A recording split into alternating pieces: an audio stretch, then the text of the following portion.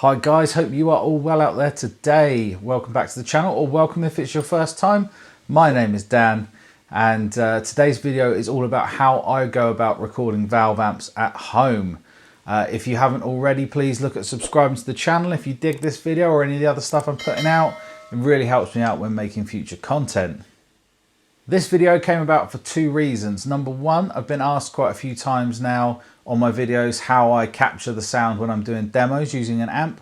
And two, truth be told, I'm waiting for a video to finish rendering. So, not to waste any time, as you know if you frequent this channel, I am a big user of the Kemper, but I also use valve amps extensively, both for recording and live. When I'm recording my valve amp at home, I opt to use a load box and impulse responses as opposed to miking up my amplifiers. I do this for a number of reasons which we'll get into. So first, just a quick word on understanding load boxes and IRs. When you use a valve amplifier, the output of that amp must be put under a load, otherwise amplifier meltdown happens. So normally that would be your guitar cabinet. Out of the speaker output into the cabinet, that is your load. You can get things called load boxes which simulate, well not simulate, they put the head under a load so it thinks it's connected to a cab and it runs happy as Larry. Then you can take a line level output of that and run it into your DAW or any kind of recording implement. And then in the place of the cabinet, you can put on an impulse response. If you've ever listened to a guitar amp without some sort of speaker simulation or without a cabinet, it sounds like a angry box of bees. So you're going to need some kind of cab sim, and an IR does that. An impulse response is basically a speaker simulation, but it's not a flat kind of EQ curve. The relationship between an amplifier and a speaker is sort of a two-way thing. So an impulse response varies the kind of response, as to not say response a million times, but it kind of varies the sound depending on what the amp's putting into it, and it sounds very lifelike and 3D to my ears. My load box of choice at home is the 2 Notes Torpedo Captor 8 ohm version. And what I do is I plug my amp here into the amplifier input. This puts a load on the head, and then I take an XLR output of here into my interface and then add the IRs in the box. Now there is a wide number of sort of load box IR solutions out there on the market. In my mind, 2 Notes was sort of the forerunners with this, and sort of the first I saw on the market with really well designed and reasonably priced kit. There's things like the Aux box, the Boss tube expander, all kinds of stuff. Why did I choose the 2 Notes box? Well, if I'm being honest, it was the most reasonably priced at the time, that had the features that I wanted. This is actually a reactive load as well. When you're looking for a load box, there's resistive and reactive. Resistive is just a bank of resistors to keep your amp safe. Reactive really makes your amp think that it's plugged into a cab. There's a feedback loop type relationship between an amp and a cab, and this does a very good job of simulating that for your amp and getting the most real sound. To load your impulses on your computer, there's a lot of options out there. With this 2 Notes load box and any other 2 Notes product, you get access to their wall of sound software. I do believe there's a fly flying around in here, so it might fly in front of the lens. Yeah, so you get their wall of sound plugin, which is all their IRs and things. You have to purchase some, but you can load in external ones. Another really good one that's free is by Ignite Amps. I can't remember exactly what it's called, but I'll put some kind of annotation below and links to it as well. And that's a great free IR loader that I also use sometimes. So why do I choose to use a load box and IRs over miking a traditional cabinet? The biggest reason, first and foremost, is volume. If you try and crank a valve amp at home, that is a surefire recipe for your neighbours coming down and threatening to burn down your house.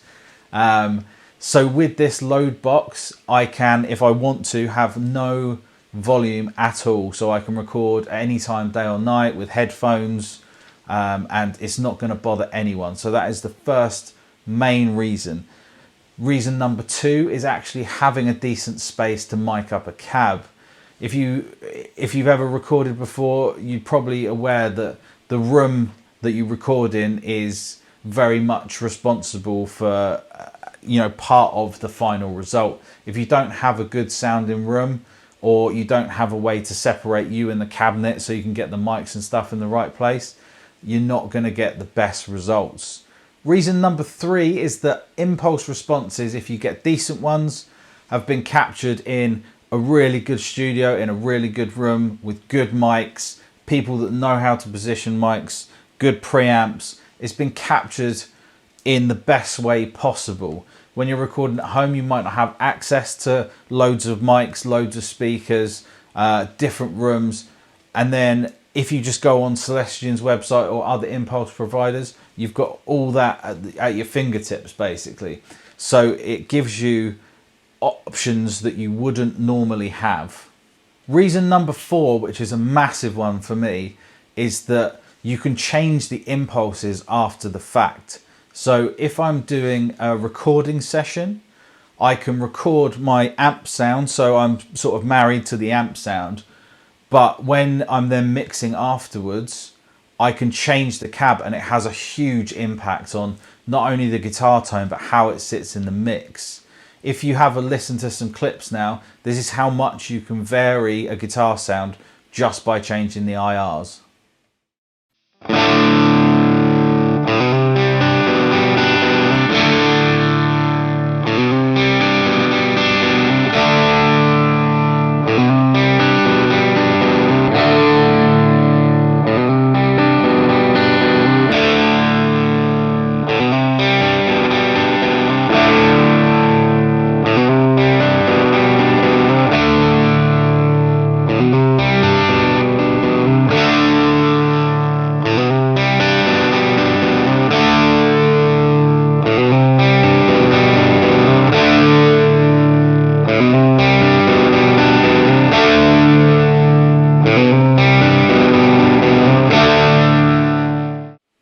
As I'm sure you can hear in those clips, it really has an impact on the tone, and you can find exactly what suits what you're doing just by scrolling through some different IR libraries. Whereas if you were doing that at home with a cab, you'd have to, change out the speaker, possibly move the mics. It's just a much more immediate and handy kind of way of doing things. The last reason I want to go into is just that using IRs kind of takes out a degree of user error when capturing a guitar sound. It's very easy to misplace mics. It's very easy for those mics to get knocked between takes. It takes a good ear and a lot of practice to know how to mic a guitar amp to get that perfect kind of sound. IRs alleviate some of that. You still need a good set of ears on you to find the right ones and dial it in, but it definitely becomes a much easier job. So if you've made it through this video, you're probably now quite aware that I'm a fan of using IRs for capturing guitar, but is it as good as miking an amp? And my answer to that is, if you had the perfect room and the perfect mic placement and the perfect preamps and you knew exactly what you were doing, you could probably get slightly better results using mics.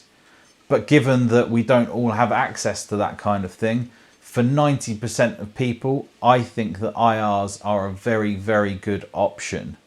If you want to give this a try for yourself, I'm going to leave an IR library, a free one, down in the comments below. It's by a company called Redwirez, and you just have to sign up with your email address and they send you over 4 different mics on a 4x12 greenback cab, all different positions. It's a really great sounding pack, and probably the one that I use the most, even though I have some paid ones. So you can check it out down below if you want to try it with some amp sims, or if you have a load box, just plug it in and check them out in your DAW. So I hope that video was semi-interesting for some of the fellow nerds out there. It's a really good thing to look at if you want to record amps at home, but don't want to annoy your neighbours or family members. I strongly recommend the 2-note stuff. It's very reasonably priced. but there's loads of stuff out there on the market. I hope to see you in another video soon, guys. Take care. Cheers.